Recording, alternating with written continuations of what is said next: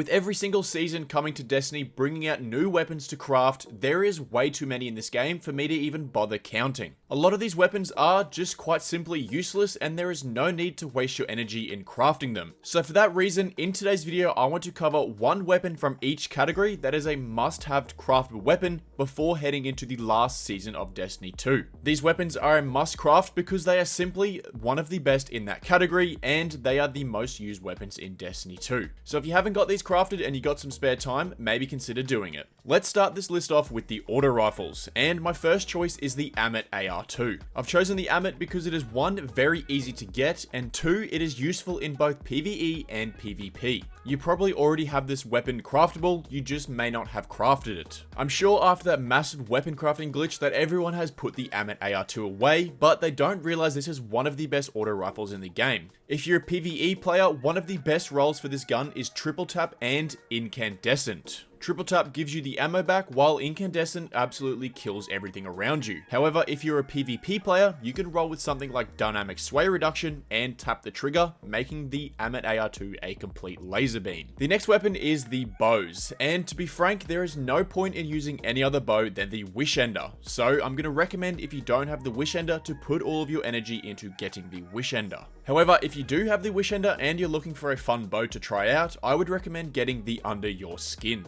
This bow has a void frame, meaning it is a lot of fun to use with all of your void abilities like volatile rounds and devour. The best perks to get on this bow is Archer's Tempo and Explosive Head. The Explosive Head will just make you do more damage, and the Archer's Tempo will make you shoot arrows faster. But like I said earlier, there's no real point in using anything but the Wish Ender. Let's talk about hand cannons, and one of my favorite hand cannons in the game is the Zhouli's Bane. This hand cannon comes from the King's Fall raid, so if you've been slacking on those raids, make sure to get in there when you can and try and get a red border Zhouli's Bane.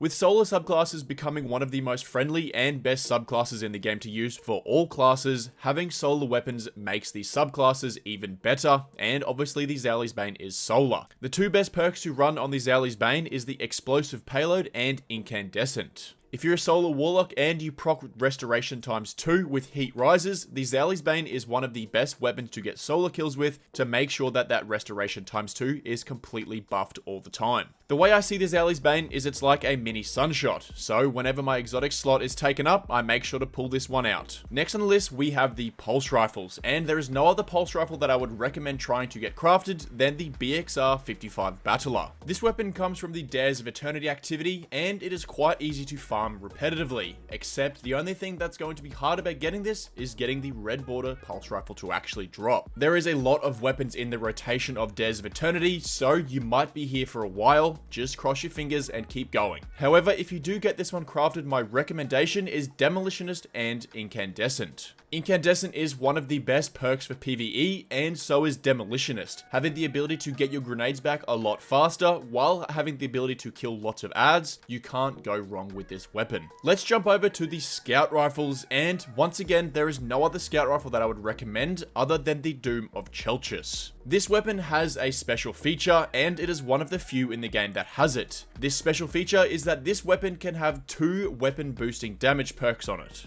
These 2 perks are Explosive Payload and Frenzy. These 2 paired together in PvE activities just buffs the weapon's damage by a lot. This weapon is amazing for Grandmaster Nightfalls or any activity that requires you to stay a little bit away from the enemies for your own safety. This weapon is also Void, so it works very well with your Void subclasses. Inside of PvE, if you have the Doom of Chelchis with Explosive Payload and Frenzy, and you're also running a Void subclass which gives you volatile rounds and the ability to weaken enemies, this weapon is completely overpowered. Just like the Zhouli's Bane, this one also comes from King's Fall, so if you haven't got it yet, make sure to try and get it. Let's move on to sidearms, and unfortunately there isn't the biggest range of craftable sidearms here, so I'm going to recommend the Brigand's Law. This weapon is pretty fun when you pair it with Threat Detector and Vault Shot alongside a Arc subclass. Running around with massively increased reload speed, increased damage, and vault shot, and also creating ionic traces and spamming all of your arc abilities out there, it's quite a different playstyle than how you would normally play Destiny. Unfortunately, sidearms aren't really the preferred weapon for most endgame content in Destiny, so this one is mainly used for strikes or just running around for fun. Let's cover the submachine guns, and like I've done in every other video, I would recommend crafting the Callus mini tool. It's been that long, and if you haven't got this one crafted yet, you're seriously missing out and you need to get it done ASAP. If you're not sure how to get all of these previous seasonal weapons, you need to be doing the exotic mission rotator in the Legends tab of Destiny 2. Each week a different exotic mission will rotate in and it will give you various rewards from that season. This week we have the Vox Obscura, which is season 16 rewards. Anyway, moving back to the Callus mini tool, my preferred role is unrelenting and incandescent. Getting health back on every kill and also lighting everything up with incandescent on a mini submachine gun is completely overpowered. It is my most used weapon, but it's sort of been falling off with the recent hand cannon buff, but it is still up there with my favorite weapon. Let's move on to fusion rifles, and this one is a really easy one to get if you haven't crafted it already, and it is none other than the Aramite. The Aramite is this season's most recent weapon, and you can get it crafted pretty easily. The god roll for this one is Envious Assassin and Controlled Burst. Envious Assassin will double the magazine's capacity, while Controlled Burst will reduce the charge time, which makes this one a great boss dealing DPS weapon. I love to pair my Aramite with a tractor cannon if I'm ever on tractor cannon debuffing duty for all of my raids and or dungeons. Next on the list we have glaives, but I would not recommend wasting any time chasing or crafting any glaives. They are almost useless unless you're trying to do some very specific build. You may as well just use a different gun. Let's move on to grenade launchers in the special category. And the best weapon in the game, and one of my favorites, is the Forbearance. This one comes from the Vow of the Disciple raid, one of the harder raids in the game, but if you can get a group together, I would definitely recommend trying to get the Forbearance. It is the best ad clearing weapon in the game. I've said it multiple times and I'm going to say it again. Envious Assassin and Chain Reaction is the two perks that you want to get on this gun. Getting one kill will double the magazine's capacity, and with Chain Reaction on, it will make them explode in a huge arc bolt. Pair these two things together, and the fact that it is a wave frame grenade launcher, it is super easy to hit multiple targets at once and do a lot of damage. Seriously, just get one of these crafted as soon as you can. Moving over to shotguns, I would recommend crafting the Heritage, and purely because double slug shotguns are back. Using 2 slug shotguns to damage a boss in any encounter in Destiny is some of the highest DPS you can do in the game, and not to mention it's actually really fun. The Heritage is the best slug shotgun to use for this activity, and you can pair it with another slug shotgun. The Heritage comes from the Deepstone Crypt raid, which is pretty easy to complete.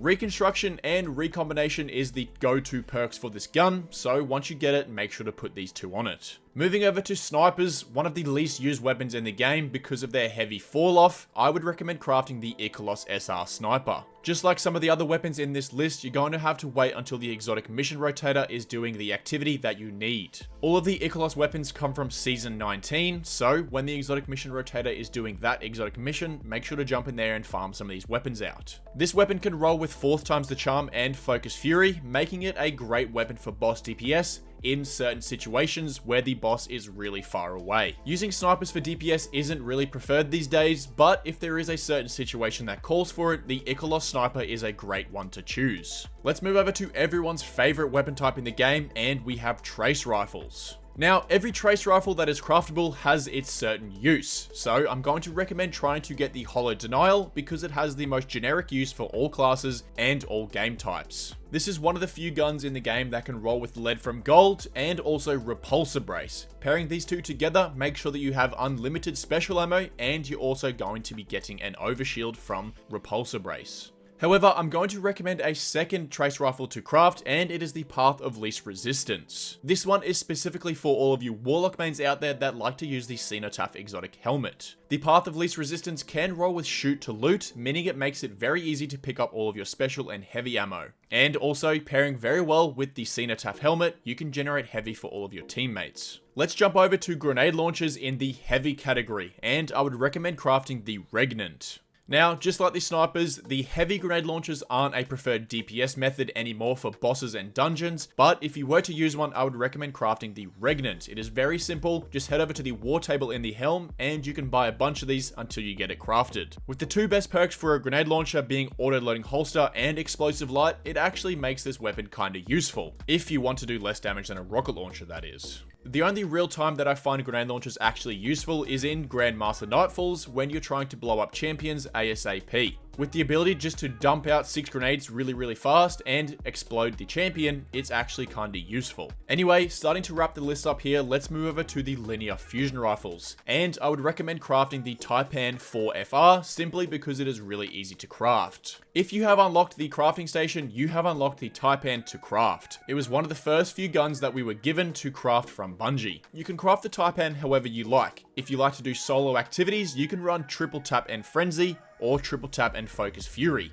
If you like to run with a fire team, you can use clown cartridge and firing line, or triple tap and firing line. This weapon is very diverse and it can change and choose exactly how you want to use it for all of your DPS dealing bosses in the game. Just like snipers and grenade launchers, linear fusion rifles are no longer the go-to DPS dealing weapons, but they can still be pretty good in certain situations. Moving on to machine guns, I would recommend crafting the retrofit Escapade. This is the only 900 rounds per minute machine gun that I would actually recommend using in Destiny 2. Now I'm only saying this because this gun can roll with 4th times the charm and target lock, making it do some actual damage. This thing absolutely shreds champions once they're stunned, and it's pretty good at clearing ads. So if you haven't got a retrofit crafted yet, I would definitely recommend trying to get one. Moving on to our second last weapon in the game, we have rocket launchers, and the best rocket launcher in the game is the Apex Predator. With the ability to roll with reconstruction, giving 2 rockets in 1 magazine, and also proccing bait and switch, you are doing 35% increased damage. Not to mention, it is fairly easy to get from the Last Wish raid. All you have to do is do the Cali farm, and you can get this pretty soon. And yes, I know there are some other rockets out there like the Cold Comfort that may be technically better in the exact scenario, but overall on a general database, the Apex Predator is the best rocket launcher to pick and do damage across the board. And finally, to wrap this list up, we have the swords, and I would recommend nothing other than the Other Half. The Other Half is one of 2 weapons in the game that can roll with Eager Edge, and I'm sure by now everyone knows what Eager Edge does. It is a lot of fun to jump around, skate around, and just overall move faster in the game. So if you want to get a sword, get the Other Half and put Eager Edge on it. But anyway, Guardians, that will wrap the list up there. Thank you so much for watching. If you did enjoy this video, feel free to drop a like and a subscribe down below. But anyway, again, thank you for watching, and I'll see you later.